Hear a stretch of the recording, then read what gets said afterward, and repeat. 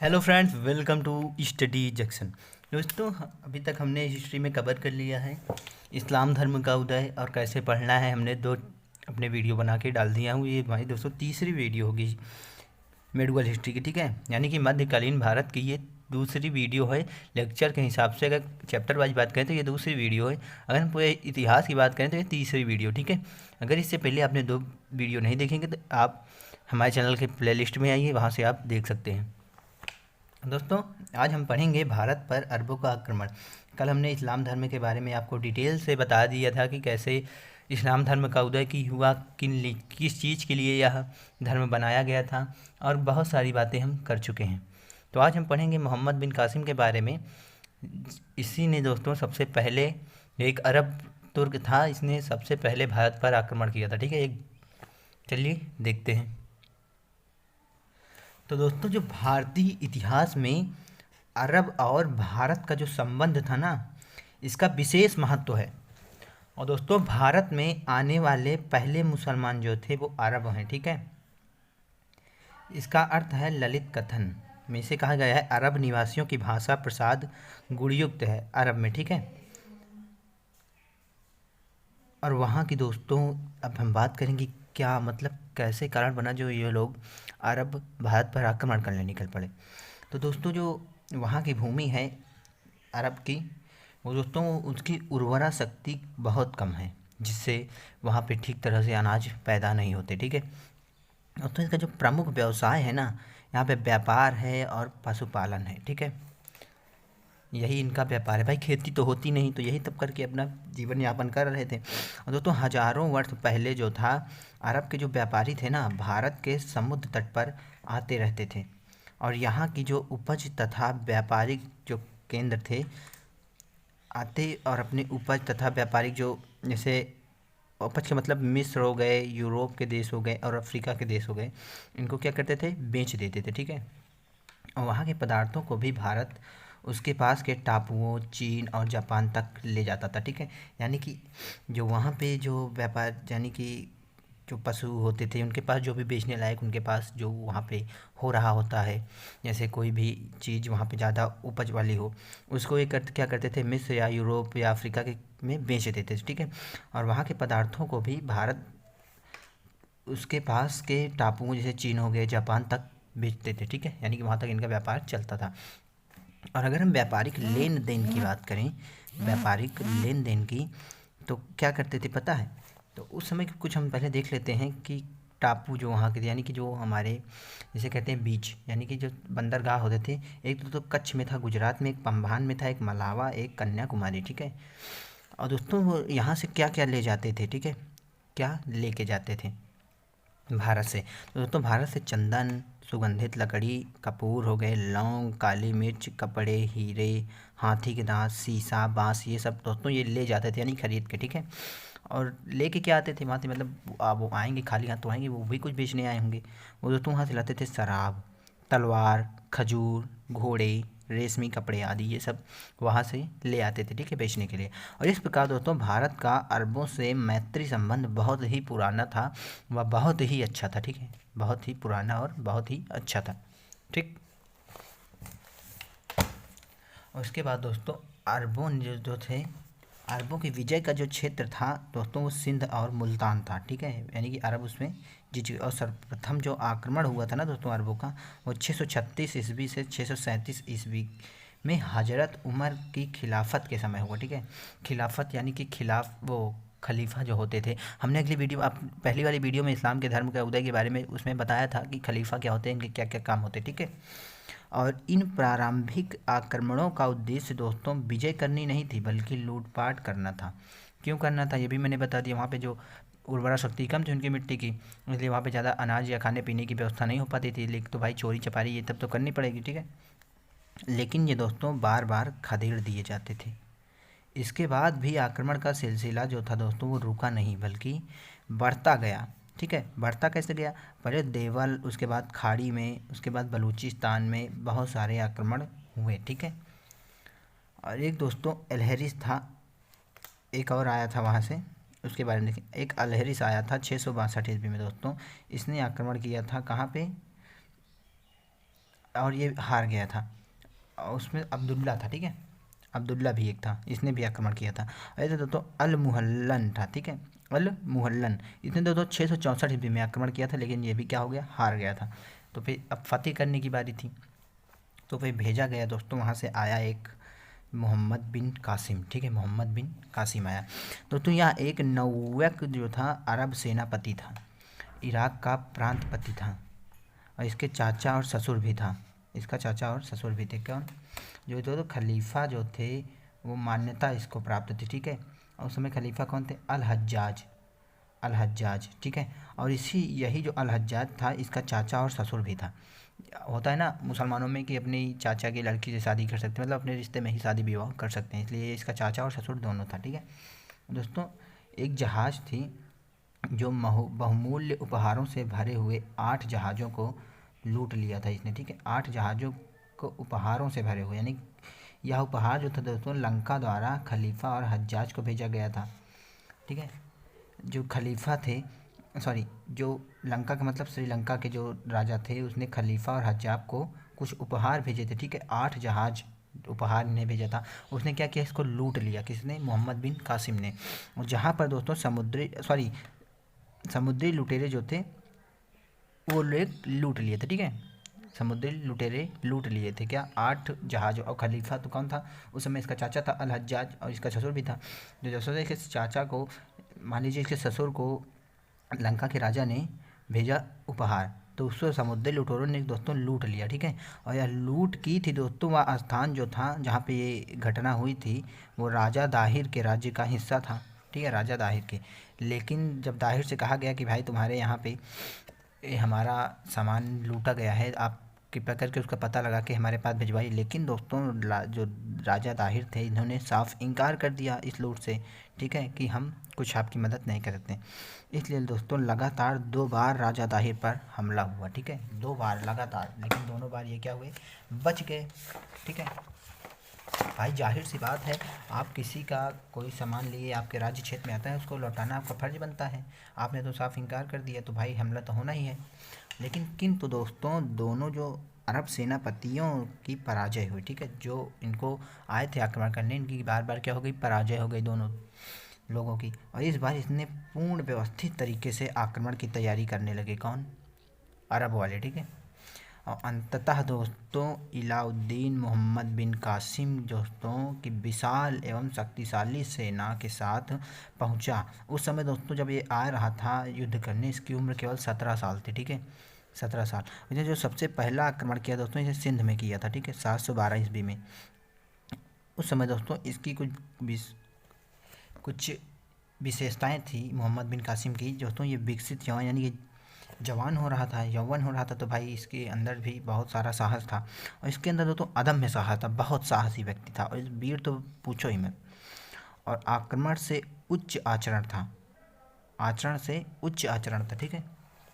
और दोस्तों सबसे पहले इसने देवल पर विजय किया, ठीक है, देवल पर विजय जो था मोहम्मद बिन कासिम दोस्तों, इसने 711 ईस्वी में देवल पर आक्रमण कर दिया।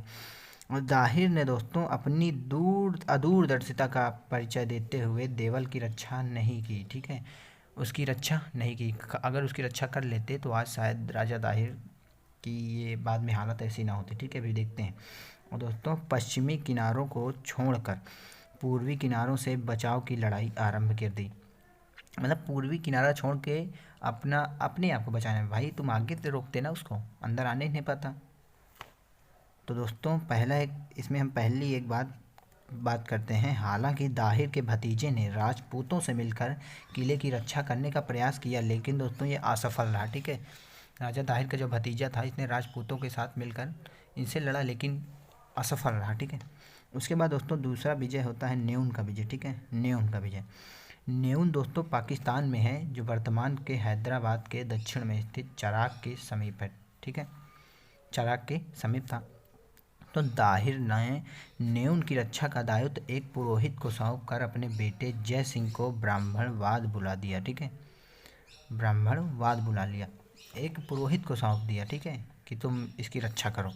भाई पुरोहित बढ़िया, ये सब पुरोहित पंडित तो कहाँ लड़ते हैं बताइए आप। वो सब उनसे कोई मतलब नहीं था उस समय। और आज भी ब्राह्मणों को देखिए, वो बहुत ज़्यादा किसी से मतलब नहीं रखते, ठीक है। केवल केवल वो अपना देखते हैं। वो केवल उनका काम था धर्म की रक्षा करना, ये नहीं कि तुमको पकड़ा दिए तलवार तुम चलो युद्ध करो, तो ऐसा पॉसिबल नहीं था। दोस्तों न्यून में बौद्धों की संख्या दोस्तों सबसे अधिक थी। जो बौद्ध होते थे वो शांति प्रिय होते हैं। हमने आपको एशियन हिस्ट्री में बौद्धों के बारे में बताया है, अगर आपने नहीं पढ़ा है तो आप वहाँ से पढ़ सकते हैं, ठीक है। दोस्तों बिना युद्ध के ही न्यून दुर्ग कासिम के विजय कर लिया। एक तो दे दिए ब्राह्मण को, ब्राह्मण वैसे लड़ाई झगड़ा नहीं करते, और दूसरा दे दिया दोस्तों किसको, बौद्धों को। वो तो और शांति प्रिय थे, ब्राह्मणों से भी शांति प्रिय थे। यही इनका कारण हो गया कि न्यून जो था वो भी चला गया इनके अंदर। उसके बाद तो सेहवान विजय होती है। वो था तो बिलिस्तान लिविस्तान का एक शासक था माजरा, ठीक है।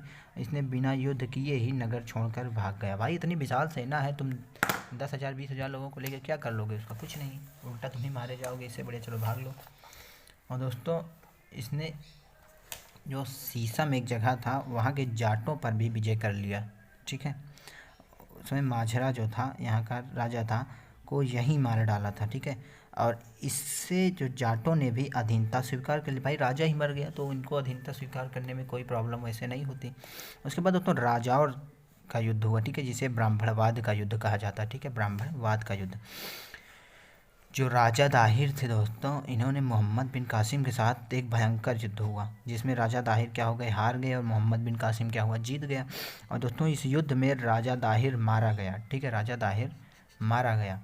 और इसके बेटे जो थे जयसिंह ने राजाओं का दुर्ग अपने विधवा माँ के भरोसे छोड़कर ब्राह्मणवाद चला गया, ठीक है, ब्राह्मणवाद चला गया।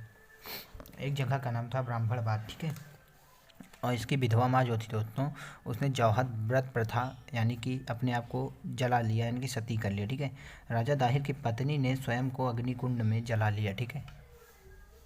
और फिर होता है दोस्तों ब्राह्मणवाद का युद्ध, किसके बीच, जयसिंह और कासिम के बीच, ठीक है। किंतु दोस्तों विश्वासघात के कारण यह पराजित हो गया। कौन, जयसिंह, ठीक है। जयसिंह क्या हो गया, पराजित हो गया, जिसके कारण विश्वासघात हो गया इसके साथ। और कासिम ने यहाँ का कोष तथा दाहिर की दूसरी विधवा रानी लाडी जो थी, इनकी 2 पुत्रियाँ थीं, इनको क्या कर लिया, कब्जे में कर लिया। कौन, कासिम।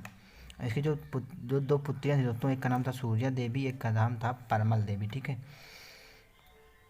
और दोस्तों इस युद्ध में 17 वर्ष के ऊपर वाले जितने भी लोग थे उनकी सब लोगों की हत्या कर दी गई, ठीक है। लगभग 6,000 लोग थे जो 17 वर्ष के ऊपर थे, इन सभी की क्या हो गई, हत्या कर दी गई।